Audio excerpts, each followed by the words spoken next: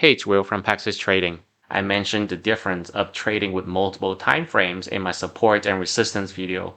As a follow-up, today I'm going to talk about exactly what trading with multiple time frames means and use our super banger Tesla trade from this Friday to show you how to use multiple time frames to mark out your levels for either day trading or swing trading. But before we start, please take a moment to hit like and subscribe. That can help my channel reach more people and help them navigate the stock market during this difficult time. Remember, 95% of people lose money in the market, so you are doing a lot of people a favor. Let's go.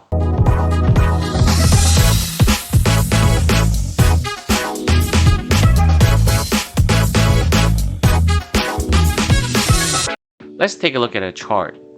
Is this stock in a downtrend? You will probably say yes, it is going down. How about this one?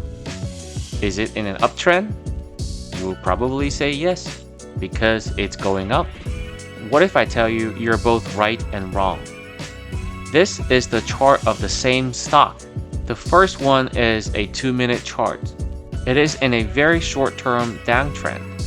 The second one is a daily chart with a medium-term uptrend. But if you look at its weekly chart, even people who never traded stocks would say it's been going down. Long-term investors use weekly or even monthly charts to identify primary trends. Swing traders like to use daily chart for medium-term trends. And day traders like to use 15, 5, or even 2-minute charts to trade short-term trends.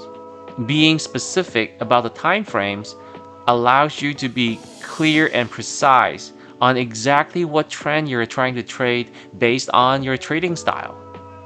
It matters a lot when it comes to trading because there are not just one type of traders participating in the stock market. You need to use different time frames to anticipate the possible moves different traders, long-term, medium-term, or short-term, would make.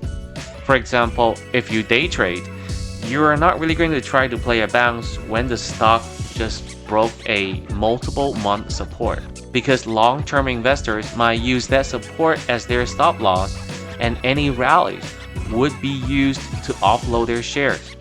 Therefore, your chance of success is extremely low. I call that an F- trade. Let's go into our Tesla trade this week to show you how our put hit almost 600% profit using levels from a larger time frame, even though we were just doing it as a day trade.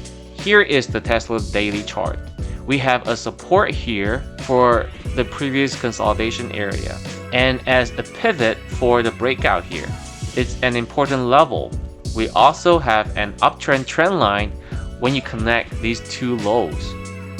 Pay attention to where the horizontal line and the trend line meets.